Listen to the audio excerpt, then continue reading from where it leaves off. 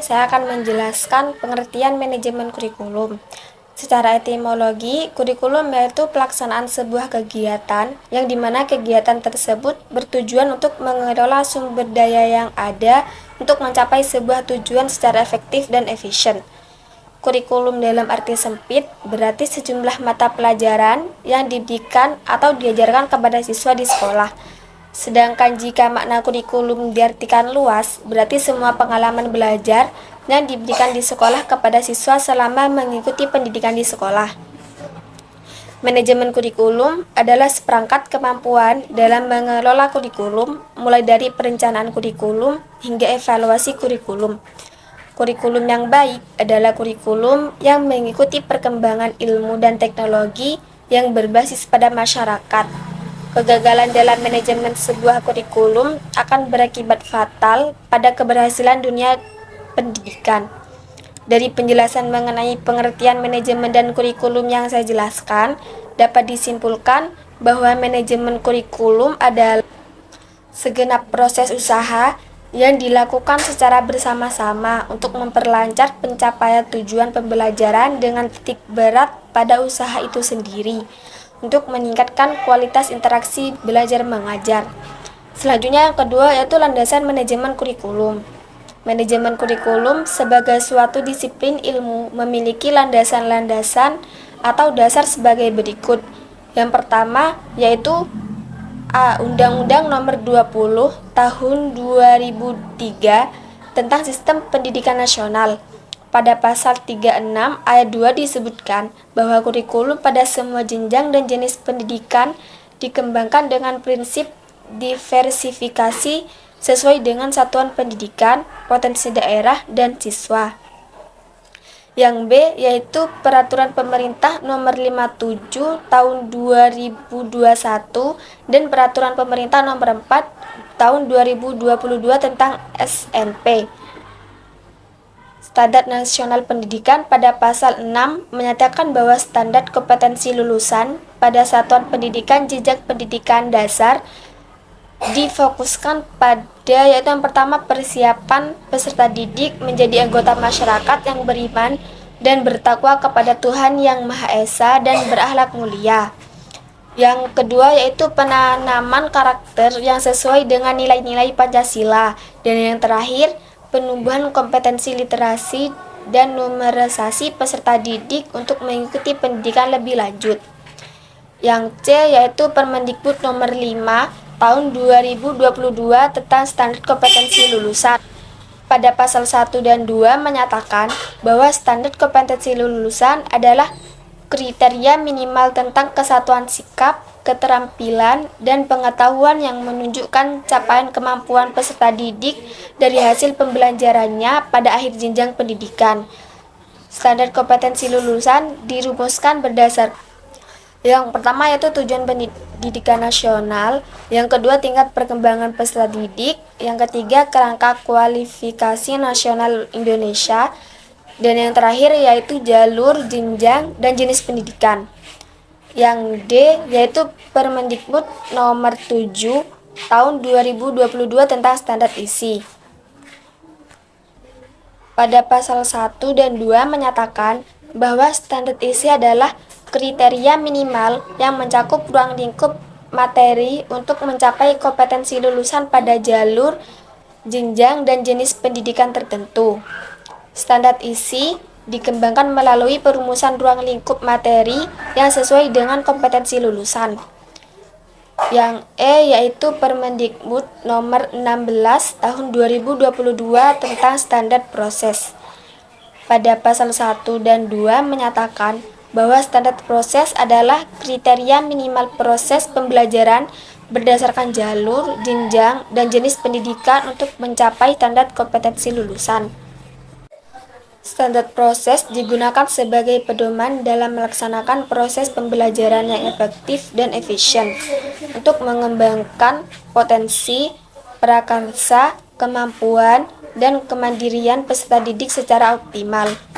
Standar proses sebagaimana dimaksud pada ayat 1 meliputi yang pertama yaitu perencanaan pembelajaran, yang kedua pelaksanaan pembelajaran, dan yang ketiga penilaian proses pembelajaran.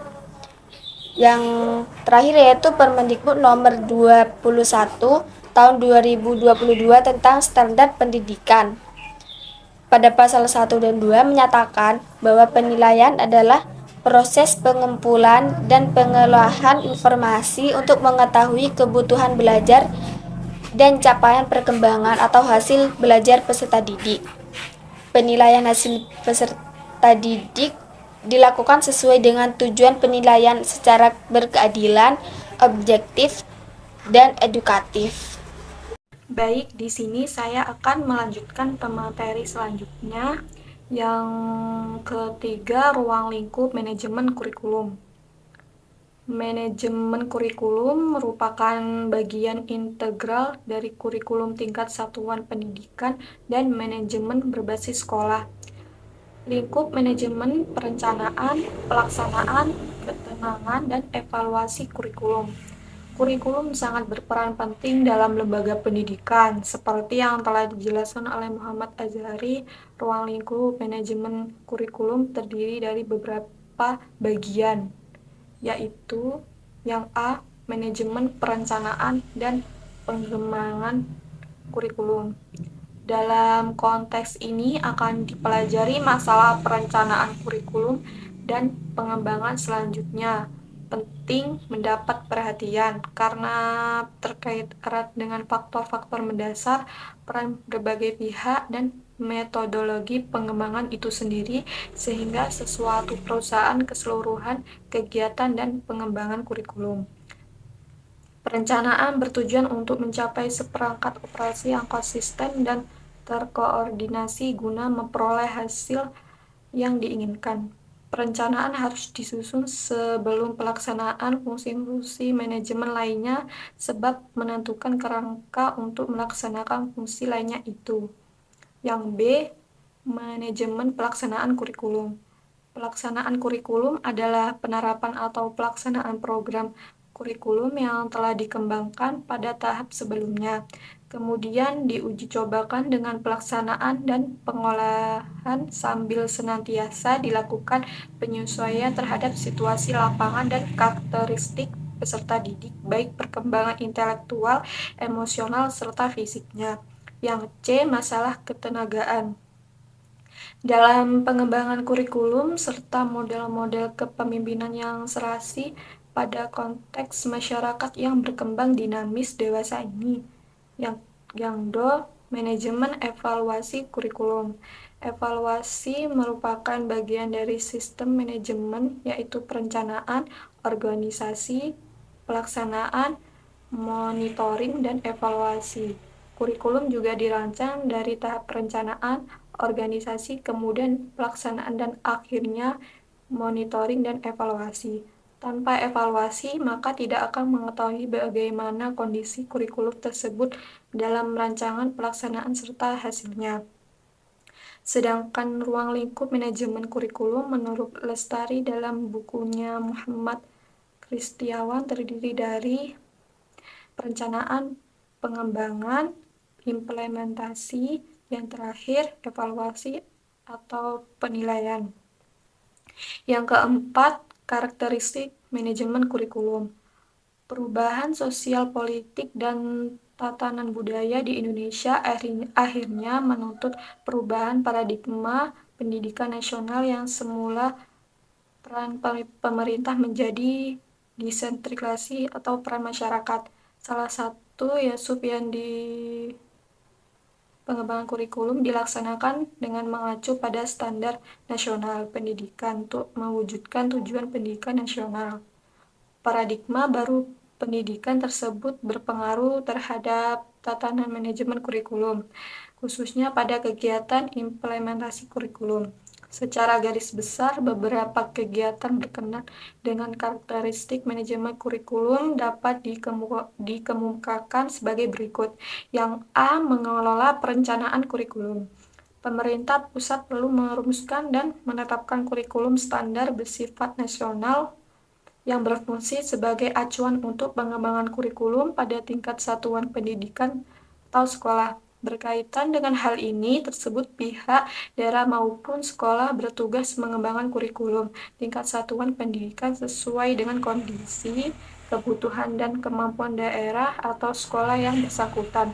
Oleh karena itu, perencanaan desain kurikulum baik berupa situs maupun rencana pelaksanaan pembelajaran perlu dikembangkan secara spesifik dan efektif. Yang ke B, mengelola implementasi kurikulum. Implementasi kurikulum merupakan bentuk aktualisasi dari kurikulum yang telah direncanakan.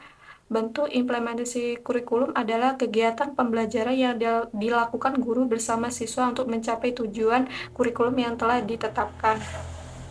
Yang C, mengelola perumusan kriteria ketentuan kurikulum. Kriteria kurikulum harus dipahami betul oleh pengelola satu pendidikan, khususnya pendidik, sehingga tidak terjadi kesalahan dalam mengambil suatu keputusan yang keliru. Kegiatan ini harus mempertimbangkan implementasi yang dukung intensif yang dimiliki satuan pendidikan. Yang D, mengelola pengembangan bahan ajar, media pembelajaran, dan sumber belajar. Bahan yang dipelajari siswa sebaiknya tidak hanya berdasarkan pada buku tes pelajaran, melainkan perlu menggunakan dan mengembangkan berbagai bahan ajar melalui media dan sumber belajar yang sesuai dengan topik bahasan. Terima kasih. Prinsip manajemen kurikulum menurut Fatkul Ma'rif dalam jurnalnya tentang manajemen kurikulum memiliki beberapa prinsip, yaitu yang pertama A. Produktivitas. Hasil yang akan diperoleh dalam kegiatan kurikulum merupakan aspek yang harus dipertimbangkan dalam manajemen kurikulum. Pertimbangan bagaimana agar peserta didik dapat mencapai hasil belajar sesuai dengan tujuan kurikulum harus menjadi sasaran dalam manajemen kurikulum. Yang B yaitu demokrasi. Nah, pelaksanaan manajemen kurikulum harus berdasarkan atau berasaskan pada demokrasi yang menempatkan pengelola, pelaksanaan dan subjek didik pada posisi yang seharusnya dalam melaksanakan tugas dengan penuh tanggung jawab untuk mencapai tujuan kurikulum. Yang C, kooperatif. Dalam mencapai suatu kegiatan manajemen kurikulum, harus ada rasa kerja sama dengan baik untuk menghasilkan tujuan yang diinginkan. Dan yang ini adalah efektif dan efisien. Untuk mencapai tujuan kurikulum yang berguna dengan biaya, tenaga, dan waktu yang relatif singkat harus mempertimbangkan efektivitas. Yang E, efisiensi. Mengarahkan pada visi, misi, dan tujuan yang telah ditetapkan. Nah, ketika manajemen kurikulum yang diterapkan bisa berjalan dengan baik, maka akan menghasilkan sesuatu pembelajaran yang efisien.